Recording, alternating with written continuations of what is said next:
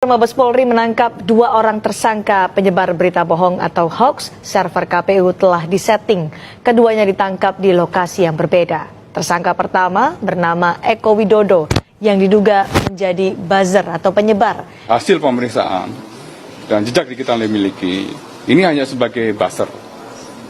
Ya, dikenakan pasal 45 ayat 3, kemudian pasal 45A ayat 2. Dan juga pasal 14 ayat 1 yang Undang-Undang 1 tahun 1946. Pelaku hoax Eko Widodo adalah warga Ciracas, Jakarta Timur. Ia pemilik akun Twitter bernama @ekoboy. Di akun Twitternya, Eko Widodo menuliskan, server KPU sudah disetting 01 menang 57%. Ini sesuai dengan hasil lembaga survei bayaran.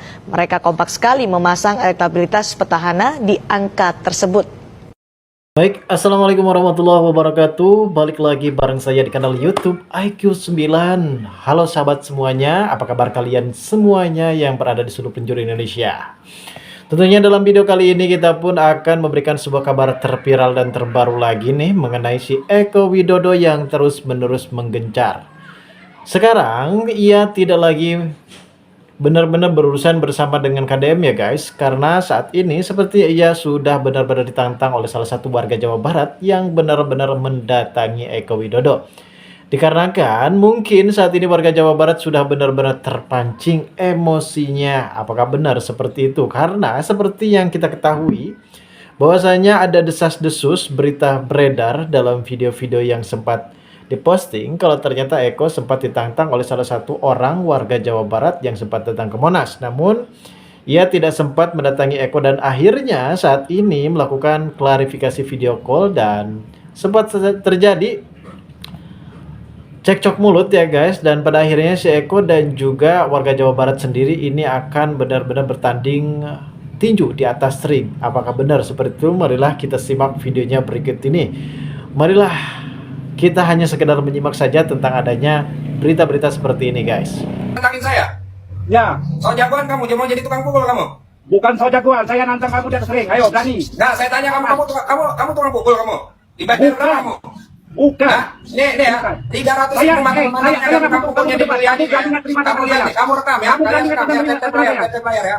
Rekam nih, ada tukang pukulnya di Mulyadi nih di sini nih. Siapa yang tukang pukul? Berani nggak? Lu, gua nantang lu di atas ring. Ayo, Berani nggak? kapan? Ayo, bukan kapan lu? Ayo, lah lu yang nantangin kenapa gua? Tentuin kapan? Lu mau di mana? Oke. Ya. Mau Lu kapan? siapin ringnya, nanti Ya. lu siapin ringnya. Gua Oke. datang. Nanti sebelum kita naik, Itu ada temannya, kita tanda temannya. tangan dulu di atas materai ya, di depan pengadilan. Ikut. Jangan ada yang saling menuntut, oke? Enggak, benar lu. Kasih aku kesempatan ngomong ya. Boxing itu tidak melanggar undang-undang. Ya, boxing itu tidak melanggar Ya, undang-undang. oke, lo yang tentuin, silakan lo tentuin waktunya. Oke, Ya, Eko, tempatnya.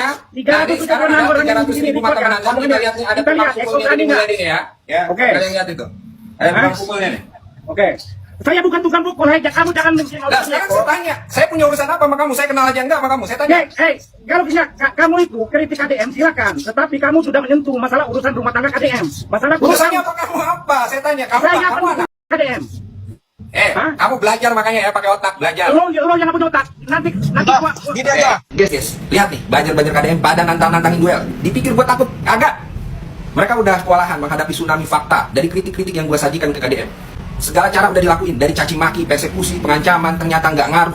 Malah bikin gue tambah semangat. Akhirnya mereka mengambil langkah primitif, yaitu baku hantam. Dipikir gue takut, jangankan 1, 10 orang gue hadepin. Jadi buat teman-teman tolong bagikan video ini, biar sampai ke buzzer-buzzer KDM yang sok keras itu.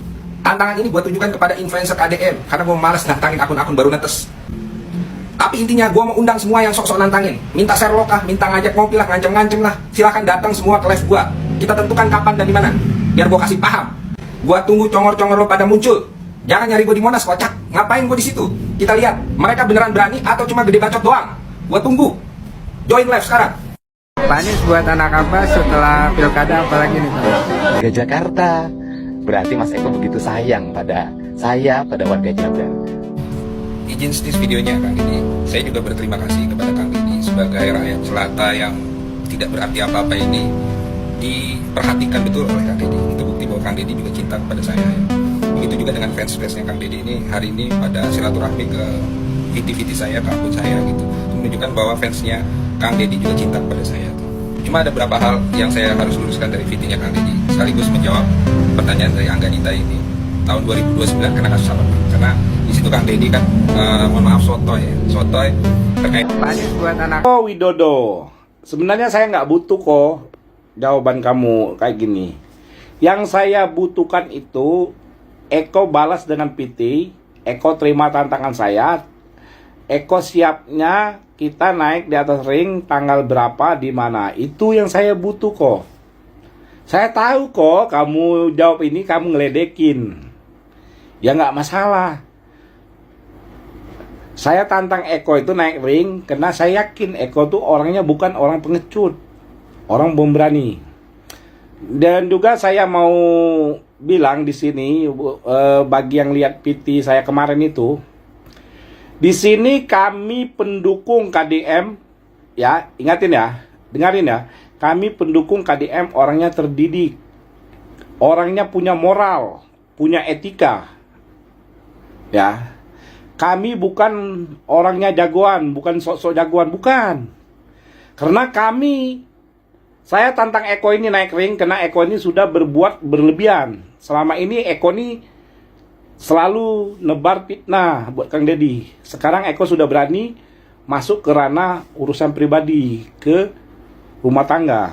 Nah, makanya saya bikin bintik kayak gini. Kami siap kok, kami siap mau debat mau apa, tapi percuma kan debat juga percuma dengan orang kayak gini. Dia sudah menyenggol urusan Setuju jika perampasan aset disahkan karena belum pantas diterapkan untuk koruptor. perampasan aset itu. Fraksi PDI Perjuangan menyatakan setuju jika RUU perampasan aset segera disahkan.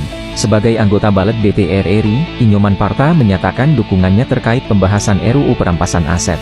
Menurutnya, pembahasan RUU perampasan aset perlu mendengarkan aspirasi dari berbagai kalangan, agar undang-undang yang dihasilkan dapat diterima semua pihak. Edi Purwanto juga setuju jika RUU perampasan aset segera disahkan, sebagai bentuk penyuaraan terhadap aspirasi mahasiswa Jambi.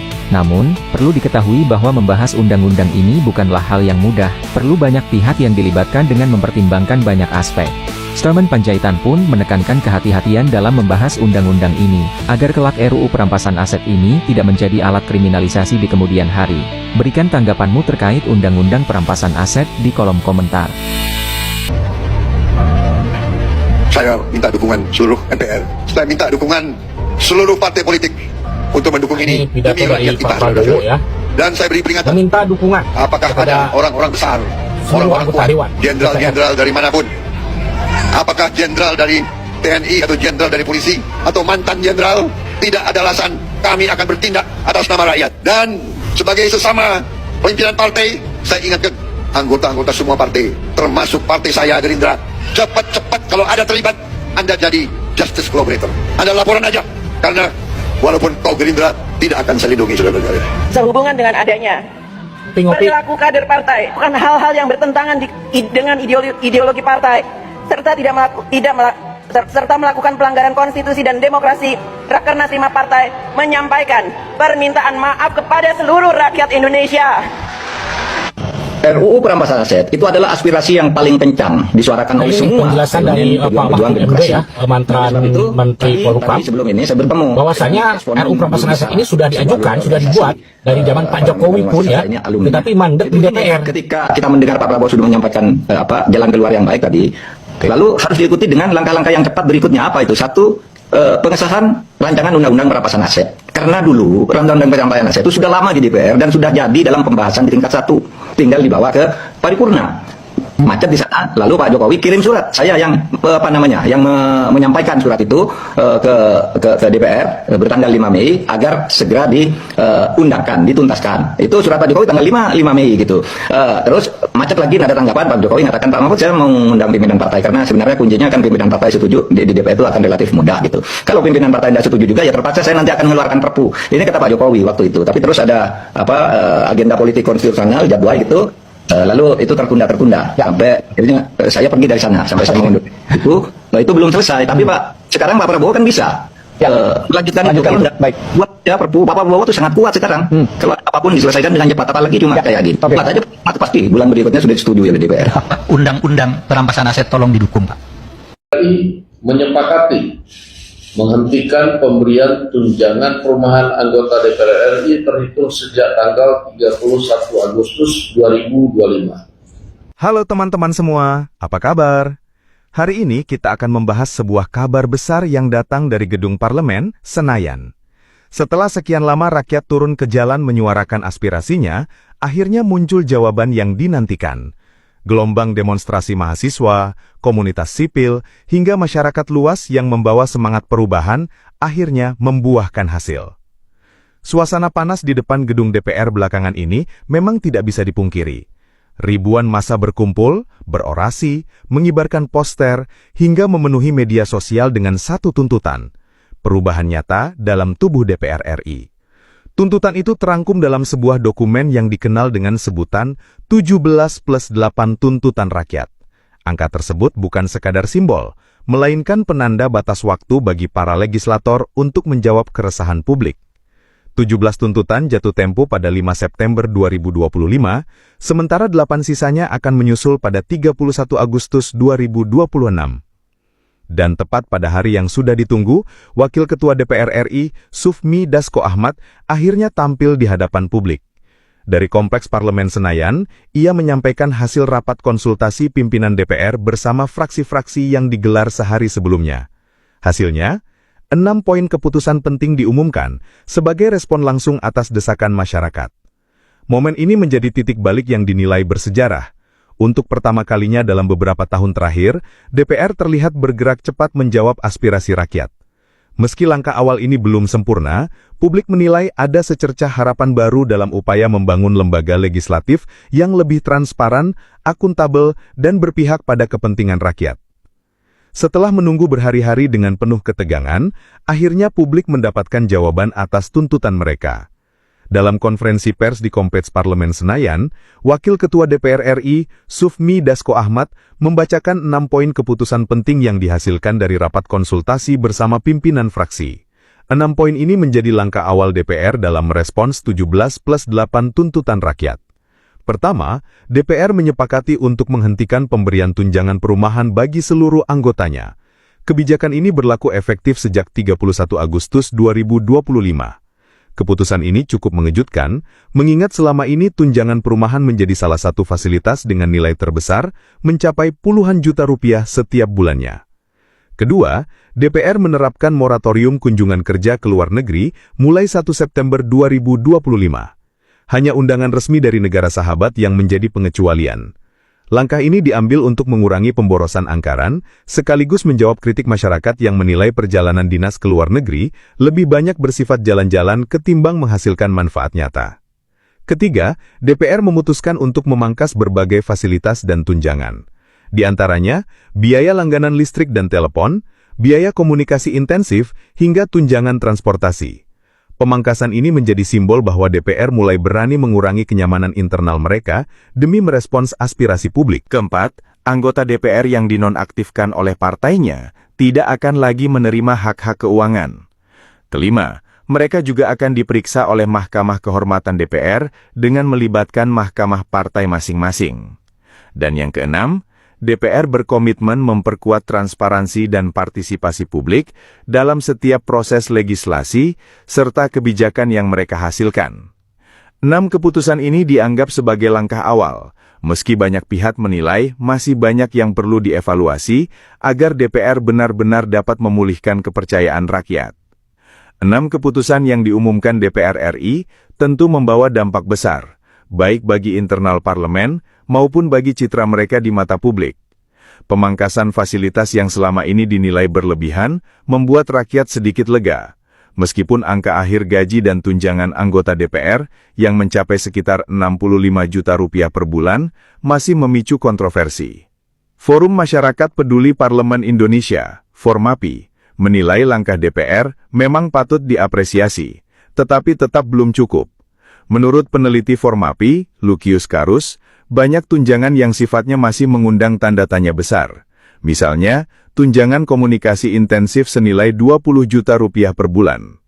Publik mempertanyakan efektivitas tunjangan ini, mengingat masih banyak masyarakat yang merasa aspirasi mereka jarang diperhatikan DPR. Selain itu ada pula tunjangan jabatan dan tunjangan kehormatan yang jumlahnya fantastis, tetapi dianggap memiliki fungsi yang tumpang tindih. Kritik ini mencerminkan kekecewaan publik bahwa DPR baru berani memangkas sebagian fasilitas, sementara tunjangan-tunjangan kontroversial masih dipertahankan. Di luar itu, gelombang aksi massa yang selama ini konsisten mengawal 17+8 tuntutan rakyat, menilai keputusan DPR merupakan hasil nyata dari tekanan publik. Mahasiswa, komunitas sipil, hingga masyarakat luas merasa bukti bahwa suara kolektif bisa membawa perubahan nyata. Namun mereka juga menegaskan bahwa perjuangan tidak boleh berhenti di sini. Dengan adanya keputusan ini, rakyat kini berada dalam posisi strategis, tetap mengawasi, menuntut transparansi, dan memastikan agar janji-janji DPR tidak sekadar berhenti di atas kertas. Inilah momen yang akan menentukan, apakah DPR benar-benar mampu bertransformasi menjadi lembaga yang lebih akuntabel, atau hanya sekadar meredam protes untuk sementara waktu.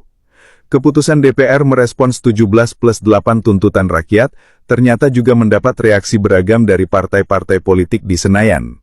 Salah satu yang paling vokal adalah fraksi Partai Amanat Nasional, PAN.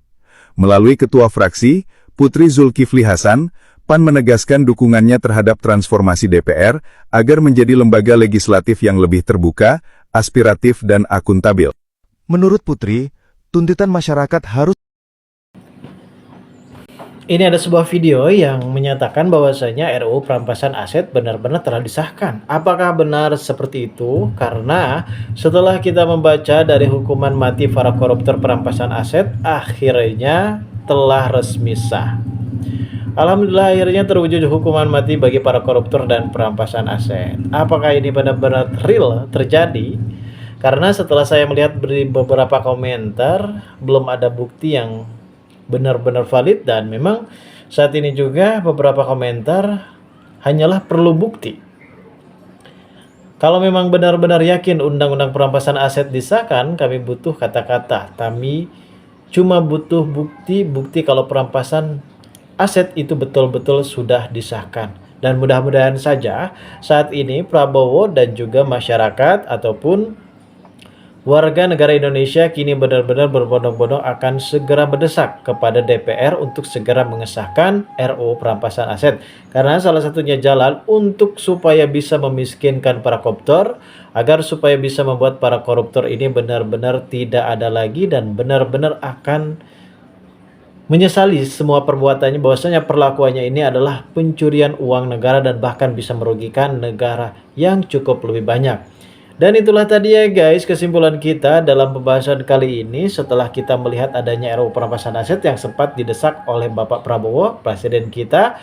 Dan kali ini juga kita melihat adanya si Eko Widodo yang terus-menerus membuat panas bagi warga Jawa Barat, mengkritik KDM mengenai masalah pribadinya juga. Dan akhirnya ada salah satu warga Jawa Barat yang benar-benar tidak terima kalau sampai Eko Widodo ini benar-benar sampai harus mengkritik dalam kinerja pribadinya, dan hal itu pun langsung saja ditantang oleh warga Jawa Barat sendiri kepada Eko Widodo. Lalu bagaimanakah keseruannya dan bagaimanakah video-video yang akan terjadi selanjutnya? Kita simak videonya berikut ini di channel ini guys. Terima kasih bagi kalian yang sudah menonton video ini, dan bagi kalian yang baru saja bergabung dan menemukan channel ini silahkan subscribe karena subscribe itu gratis.